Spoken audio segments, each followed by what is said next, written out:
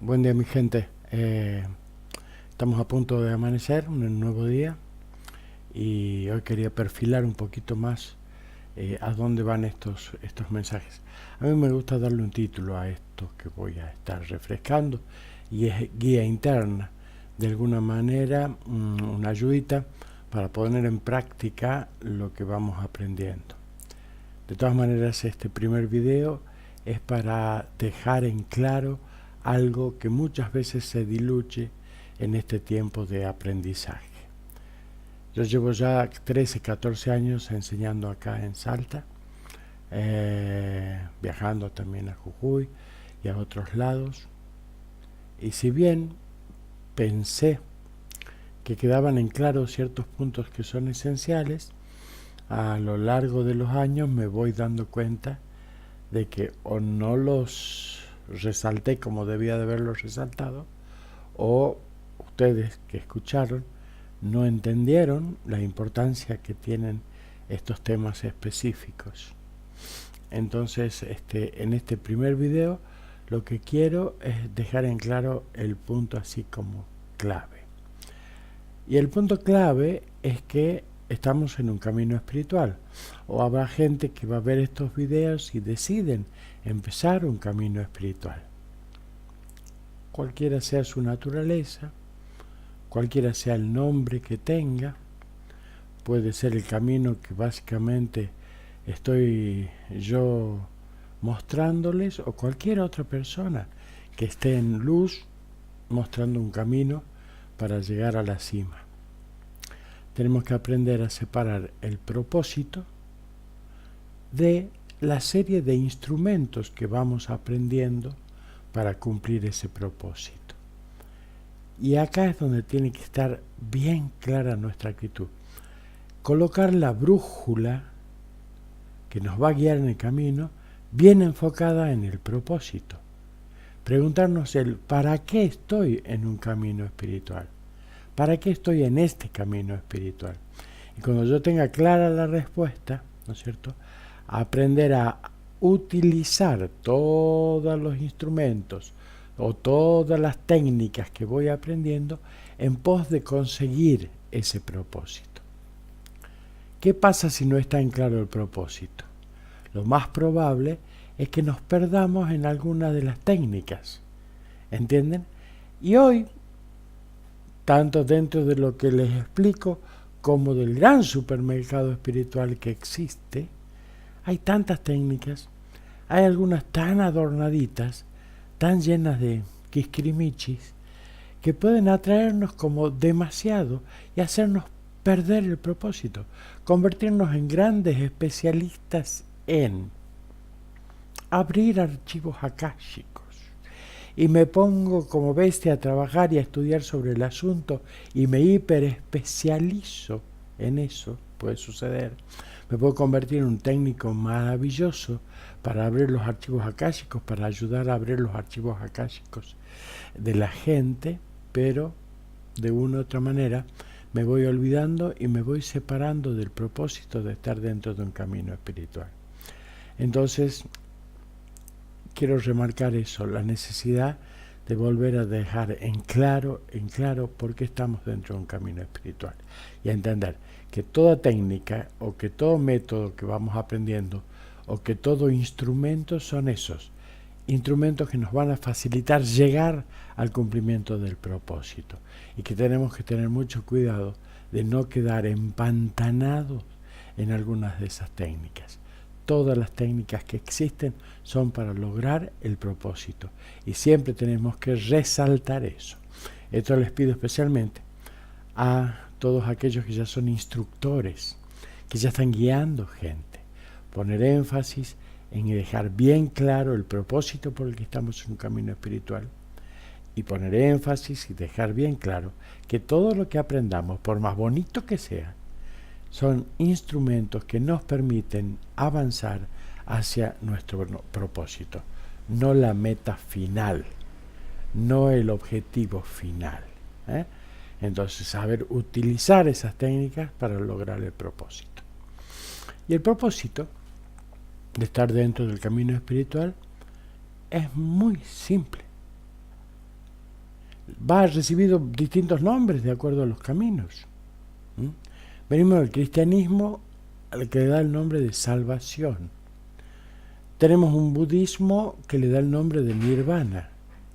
O tenemos la espiritualidad en general, que va a hablar de un despertar de conciencia, de un darse cuenta, que va a hablar de un iluminarse. ¿Eh? Son los distintos nombres que indican esa elevación del nivel de conciencia y elevación del nivel de amor que puede emanar nuestro corazón. Despertar espiritualmente, iluminarnos, salvarnos, llegar al nirvana implica esencialmente elevar nuestro nivel de conciencia, elevar nuestro nivel de corazón, en pos de acercarnos cada vez más a esa primera causa. Ese es el propósito de todo camino espiritual. Aunque algunas religiones, por conveniencia, lo borren un poquito, no quieran aclarar totalmente ese camino en pos de conservar la mayor cantidad de tiempo posible a la gente como rehén, ¿no? Como digo yo, como clientes del kiosquito.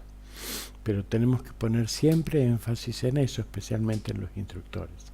Estamos en un camino espiritual para despertar conciencia, estamos en un camino espiritual para crecer de corazón y poder realmente conocer lo que es el amor verdadero.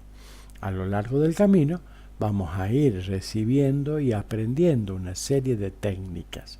Si esas técnicas sirven al propósito, las adoptan, las practican, las enseñan, pero siempre separando con claridad.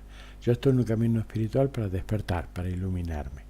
Y aprendo todas estas técnicas porque al practicarlas me permiten iluminarme más rápidamente, despertar conciencia más rápidamente, me permiten avanzar más rápidamente en el camino.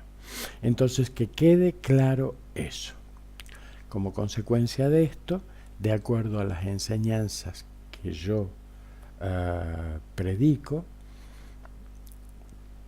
desde el principio hemos aprendido que hay una clave, que la naturaleza original del hombre, esa parte original, esa parte sagrada y esa parte divina que todos tenemos, está encapsulada, está encostrada, ¿no es cierto?, por una naturaleza extraña a la original y que vamos a denominar naturaleza caída.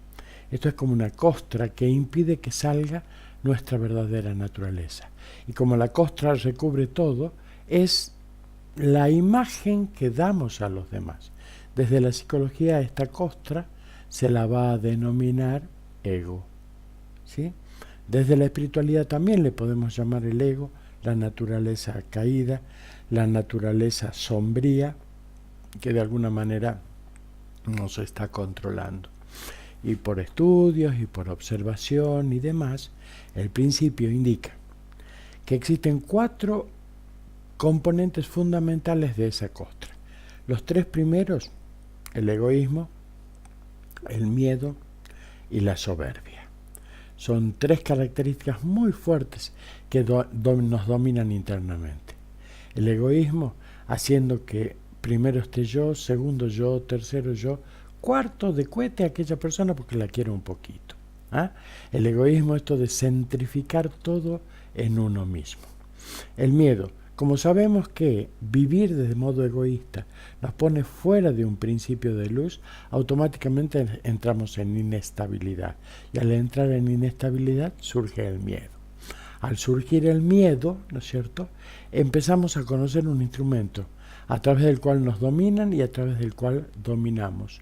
Entonces el ser humano está flanqueado por el miedo en todo sentido. Y no estoy hablando del cuco, del diablo que se me apareció. Estoy hablando de la sutileza en la que mamá, esa imagen maravillosa y llena de amor tenemos, es capaz de educarnos cuando nos dice: pórtate bien porque cuando venga tu papá le voy a decir lo que has hecho. Entonces, como ya sutilmente, desde el amor de alguien que está cumpliendo la función materna, puede ya empezar a introducir el miedo a nuestras vidas y lograr dominarnos. Y luego aprendemos a dominar también a través del miedo.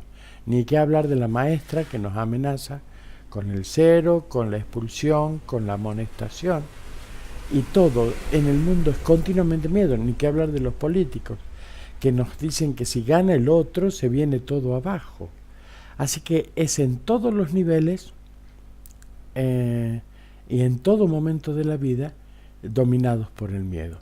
Y el sistema sabe que no hay mejor manera de dominar a alguien que someterlo al miedo. La tercera característica es la soberbia. Podemos estar destruidos, pero nos seguimos creyendo superior al otro. Y siempre miramos al otro con ese dejo de superioridad sumamente malentendida, sumamente negativa, ¿no?, que nos da la soberbia. Muy bien, entonces con estas tres características nos movemos en este mundo, con un egoísmo recalcitrante, con un miedo dominador y dominante, y con una soberbia que no tiene ton ni son. Y así es como vemos al otro. Desde el egoísmo, desde el miedo y desde la soberbia, el otro bajo ningún punto de vista es mi hermano, bajo ningún punto de vista es mi compañero de camino, bajo ningún punto de vista es alguien que va a construir conmigo algo bello. Es mi competidor. Y si es mi competidor, me asalta un solo propósito en mi vida de relaciones, que es mantenerlo al margen a aquel que compite conmigo. Si es posible y si es necesario, destruirlo.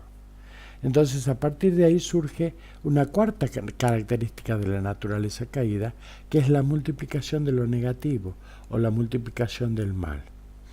Si tengo que traducir dos palabritas, juicio, ¿no es cierto?, y una que vamos a entender mejor todavía, el chusmerío. El chusmerío. ¿Por qué? Porque ni siquiera necesito ensuciarme las manos para destruir a mi competidor. Simplemente con emanar un juicio o emanar un chusmerío, yo sé que la humanidad toda es un caldo de cultivo impresionante en el que esto va a florecer rápidamente, y cuando llegue a este competidor mío lo va a aplastar directamente. Entonces, esas son las cuatro características de esa naturaleza caída, de esa costra que va a estar aprisionando nuestra naturaleza original. El camino de la espiritualidad la reducimos entonces a borrar esa costra para permitir que salga la luz de dentro nuestro. Y borrar esa costra significa entrar a hacer desaparecer el egoísmo, desaparecer el miedo, desaparecer la soberbia y por sobre todas las cosas reemplazar la multiplicación de lo negativo por la multiplicación de la bondad. ¿Entienden? Por la multiplicación de la bondad. El miedo lo superamos sabiendo que estamos dentro del orden cósmico, que no estamos haciendo algo que está fuera del orden de amor o del orden cósmico. El egoísmo lo superamos con el altruismo, ¿sí? Y la soberbia con el sentido de unicidad, entendiendo que todos somos uno, pero en el verdadero sentido de la palabra. Yo puedo ver acá los dedos separados y puedo permitir que este le largue una piedra a este, que este lo pinche a este. Pero cuando empiezo a despertar de conciencia, puedo ver en realidad que todos los dedos pertenecen a esta mano. Por lo tanto, cada accionar de un dedo contra otro lo sufre toda la mano y lo sufre uno mismo. Entonces, el sentido de unicidad es clave. No es simplemente una retórica, no es simplemente algo que se repite de forma trillada. Todos compartimos una esencia. Esa esencia luego, lógicamente, está diferenciada, dándonos el sentido de ser seres únicos, con sus características únicas, y que nos diferenciamos de los demás. Pero en esencia todos tenemos esa luz maravillosa dentro nuestro. Y lo último que les digo en este video es eso. Todos tenemos ya la luz dentro nuestro. Nadie puede atribuirse el no quiero decir valor, sino atribuirse la capacidad de despertarlos. Ustedes ya están despiertos, lo único que están bloqueados por esa naturaleza caída, que es la que hay que elaborar y es que es la que hay que trabajar. A medida que vamos disminuyendo esa costra, empieza ya a emanar la luz propia que hay dentro de cada uno de nosotros. A partir de acá también va a cambiar totalmente la concepción que muchas veces se tiene de la búsqueda de la verdad, en esto de buscar hacia afuera, buscar afuera, la verdad está afuera. Si yo tengo la luz adentro, la verdad está adentro. Por lo tanto, el gran viaje y el gran camino espiritual es el camino hacia adentro. A medida que yo puedo entrar, reconocerme, revalorizarme y esencialmente conocerme a mí mismo, voy a empezar a descubrir esa verdad maravillosa que yo tengo, ¿no? Y que como yo soy luz que comparte esa luz con todos mis hermanos, es una verdad universal que todos tenemos. Muy bien, quiero que reflexionen sobre este punto y jamás se olviden. Estamos en un camino espiritual para despertar conciencia, para iluminarnos, estamos en un camino espiritual para salvarnos, estamos en un camino espiritual para llegar al nirvana. Todo lo otro que podamos aprender o comprar en el supermercado espiritual son técnicas que nos deben de permitir llegar a esa meta. Si no, no tienen sentido. Muchísimas gracias.